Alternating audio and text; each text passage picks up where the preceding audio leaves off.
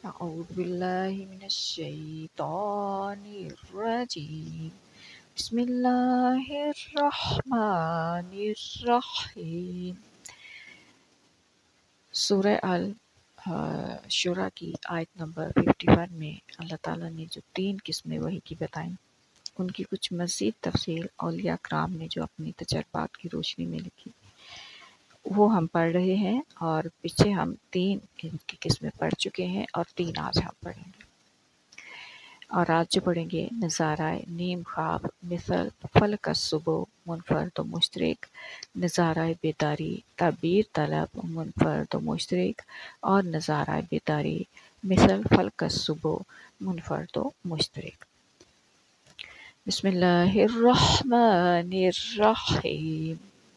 رب اشرح لی صدری ویسر لی امری واحلل عقدۃ من لسانی یفقہوا قولی رب زدنی علما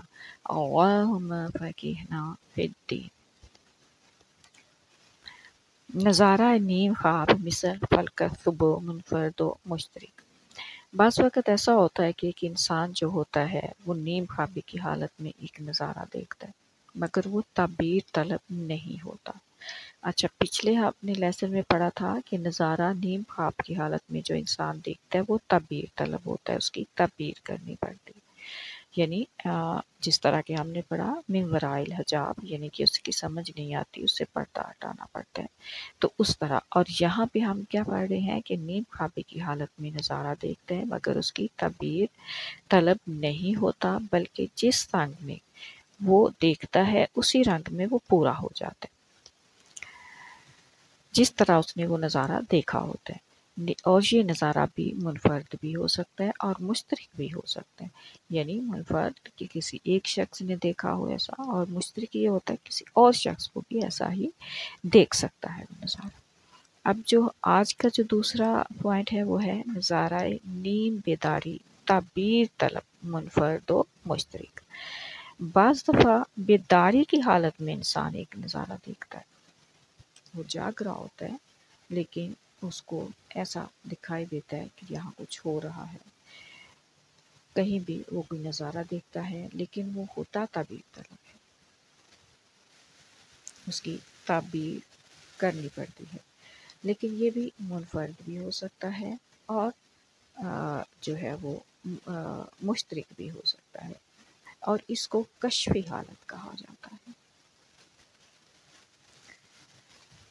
پھر ہے آج کا جو تیسرا پوائنٹ ہے نظارہ بیداری مثل فلک الصبح منفرد و مشترک۔ کبھی کبھی انسان جو ہے وہ بیداری میں ایک نظارہ دیکھتا ہے مگر وہ تعبیر طلب نہیں ہوتا، بلکہ پہلے ہم نے پڑھا کہ وہ تعبیر طلب ہوتا ہے، یعنی کہ وہ من وراء الحجاب کی طرح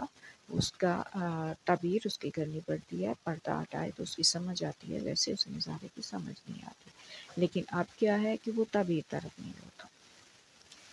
نظارہ بیداری مثل فلک الصبح، یعنی فلک الصبح یعنی کہ بالکل ظاہر ہوتا ہے، وہ تعبیر طلب نہیں ہوتا،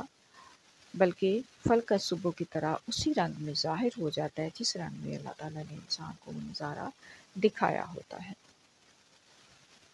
اور یہ نظارہ بھی منفرد بھی ہو سکتا ہے اور مشترک دونوں رنگ میں ہو سکتا ہے، یعنی کبھی صرف ایک ہی شخص کو یہ نظارہ دکھایا جاتا ہے اور کبھی ایسا بھی ہوتا ہے کہ یہ نظارہ کسی اور کو بھی دکھا دیا جائے، اور یہ اس لیے ہوتا ہے کہ اللہ تعالیٰ اس شخص کو بتانا چاہتا ہے، کیونکہ غیر نبی کا کلام جو ہوتا ہے نظارہ یا رویا وہ قطعی اور غیر یقینی نہیں ہوتا، قطعی قطعی اور یقینی نہیں ہوتا، تو اس لیے کسی اور کو بھی، ہم نے پیچھے پڑھا بھی تھا کہ اللہ تعالیٰ نے یہ طریق رکھا ہے کہ کسی اور کو بھی وہ دکھا دیا جاتا ہے تاکہ اس شخص کو یقین دکھانے کے لیے کہ جو اس نے دیکھا ہے وہ سچ ہے۔ اللہ تعالیٰ ہمیں بہترین سمجھنے اور سب سے بہترین عمل کرنے والا بنائے، آمین۔ السلام علیکم۔